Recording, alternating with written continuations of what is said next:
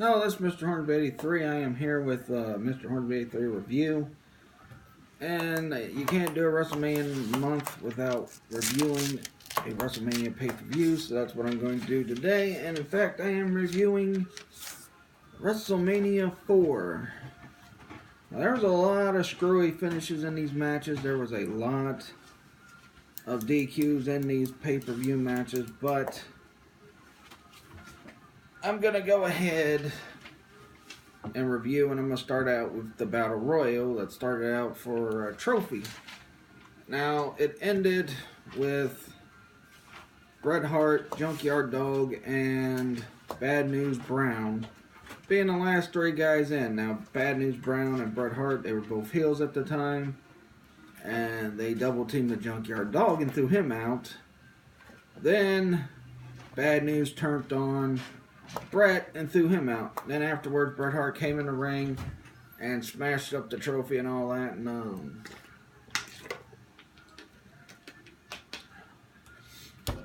Bret Hart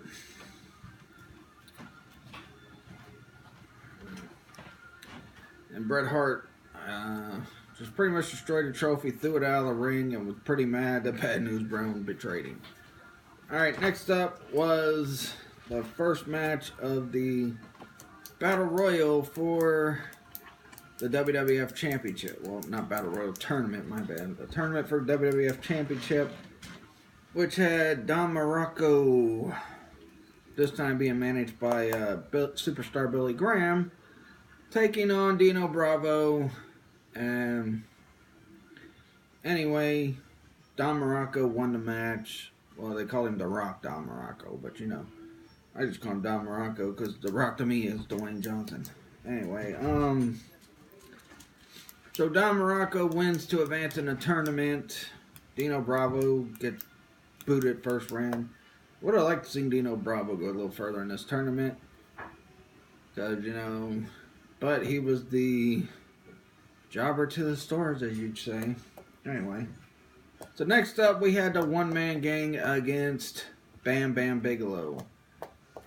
This was when Bam Bam Bigelow, I guess, was just starting in WWF. He was a face, and One Man Gang ended up winning this match over Bam Bam Bigelow to advance into the tournament. Next up, I believe, was $1 Million Man. I can't think of who $1 Million Man was wrestling, but $1 Million Man won to advance to the second round as well. Then I believe after that we had Macho Man take on Butch Reed. Macho Man ended up winning and going on to the second round.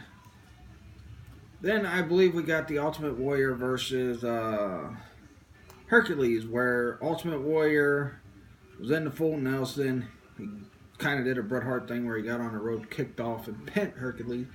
Both shoulders were down, but at the last minute, Warrior got his shoulder up, so Warrior won the match. Then it pretty much broke out into a battle between the Ultimate Warrior and Hercules. The Warrior won the battle, and that was pretty much it. I believe next up was Craig the Hammer Valentine against Ricky the Dragon Steamboat. Craig the Hammer Valentine ended up winning and going on to the second round to take on Macho Man. So actually, the Craig the Hammer Valentine Ricky Steamboat match was before the Macho Man match, because Macho Man went on last in the tournament.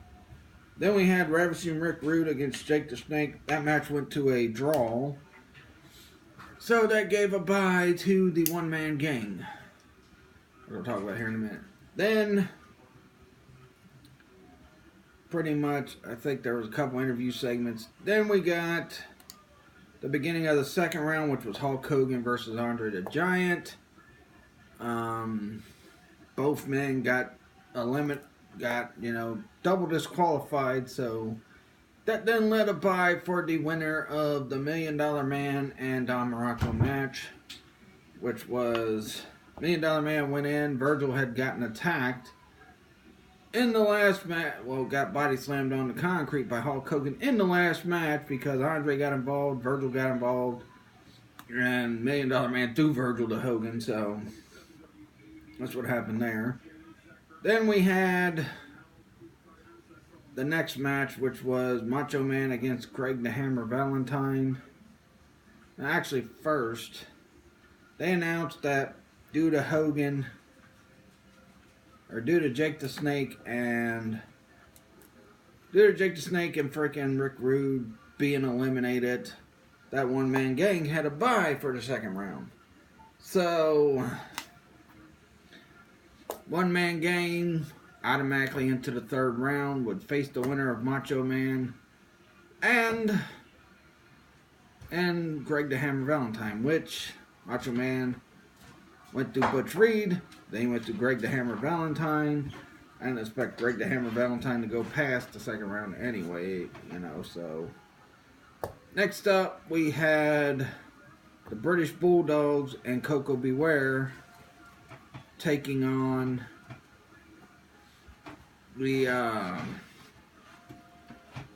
Bobby the Brain Heenan and the Islanders, which was Haku and what was they calling him? Tonga, whatever his name was.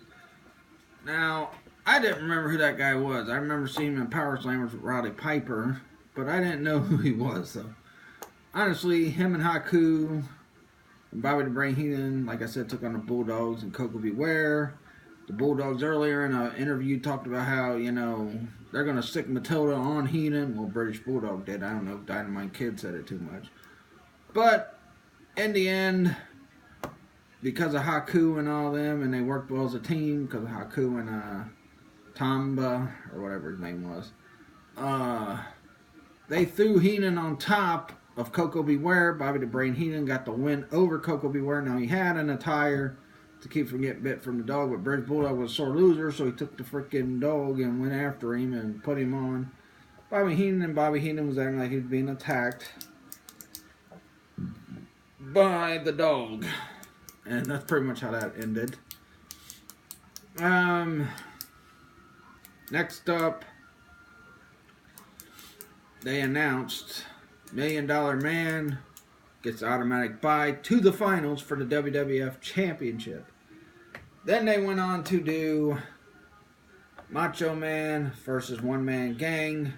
Again, this match ended in a DQ. A lot of matches freaking ended in a DQ like it was nothing, but $1 Million Man won over Morocco in the second round, pretty much did it on his own, and Billy Graham was pretty much a non-factor in that match. Unlike the first match where Billy Graham was working with, he got involved because I think Jimmy Hart got involved, and then went on from there. So Macho Man goes on to beat One Man Gang. It is now set up for Macho Man versus the $1 Million Man for the WWF Championship. So then next we got Demolition challenging Strikeforce for the WWF Tag Team titles. Now listen, I gotta say this right off the bat. Demolition is one of my favorite tag teams ever, especially in WWE. I really love Demolition. I've always been a big fan of them. I didn't even know, even when I was a kid, I didn't know the difference between heel and face. I didn't start knowing the difference until I started getting a little bit older, like around 10 and that. But then, I still like Demolition. I thought they were a great team. Anyway, Demolition, because of Mr. Fuji's cane, there was a distraction. By the way, isn't it funny how, every time the face team always looks like dummies because the one partner is like getting ganged up on, and then the other one, like a dummy, runs in and distracts the ref even more to get him ganged up on more? It's just funny. That happened a lot in this match. Demolition ended up winning this match using Mr. Fuji's cane to smack, I think it was Tito Santana. No, it was Rick Martel in the back of the head. Tito was beating up on Mr. Fuji and then trying to keep Smash out of the... It might have been Smash got the pin. It might have been Axe. Yeah. He was beating up on Axe, and then Smash got the pin. Demolition wins the tag titles. Now, I think this was their first or second WWF Tag Team title reign. So, I don't know if Demolition, it might have been their second, but I think it was their first.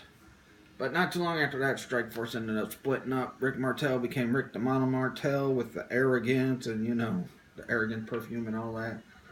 Tito Santana went on to pretty much do nothing until he became El Matador.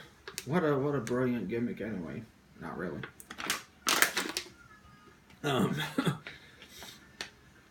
So then we got the main event for WWF Championship, and even though $1 Million Man went in alone against Don Morocco, this time for Macho Man he had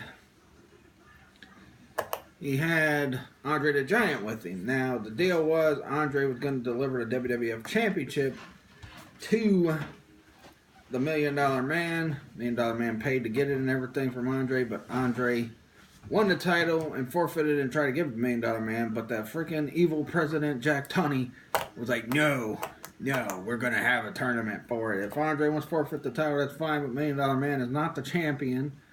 So we're going to have a tournament at WrestleMania 4, which is what happened.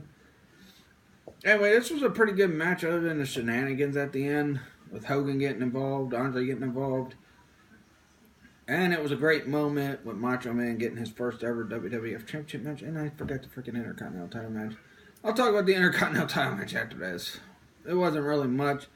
It ended in a disqualification as well. Brutus won and cut off Jimmy Hart's hair, but that was pretty much it. Actually, I'll talk about the Intercontinental title match now. Bruce Barber Beefcake challenging the Honky Tonk Man. Ended in a DQ. Brutus had him in a sleeper, was gonna win, but Jimmy Hart smacked the referee in the head with his megaphone, and that's what I think caused the DQ. They didn't really explain what caused the DQ, even the commentators didn't. So,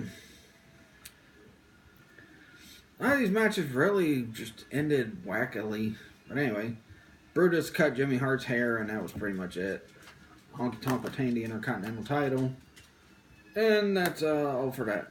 Anyway, back to the WWF title match, which was, like I said, it was a pretty good match other than the freaking shenanigans at the end with Andre getting involved. And then Macho Man finally said, screw it. Hey, Elizabeth, go get Hulk Hogan. Which, Hulk Hogan comes out. He's trying to counteract Andre, but he ends up screwing the $1 Million Man out of the WWF Championship. Cheating Hogan. Anyway, Macho Man won. Great moment ending with, him hoisting Elizabeth on his shoulders. Hogan putting the belt on her shoulder. That was pretty much the beginning of the Mega Powers. Even though earlier in an earlier promo, Macho Man was talking about him and Hulk Hogan are the Mega Powers. I think he jumped ahead in the gimmick.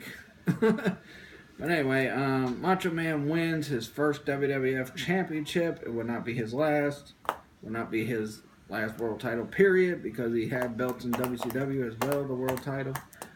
But overall, this pay-per-view was plagued with a lot of bad disqualification endings.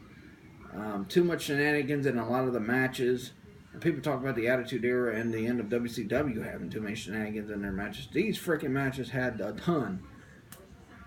But overall, it was still good enough to garner, I'll give it a 3 out of 5. I mean, it was great seeing Macho Man get his first world title, but just all the shenanigans around it was just ridiculous. And that was pretty much the pay-per-view in a whole. And I gotta say, I'll be doing WrestleMania 2000 this Thursday. So, that's pretty much it for this one. Let me know what you guys thought of WrestleMania 4.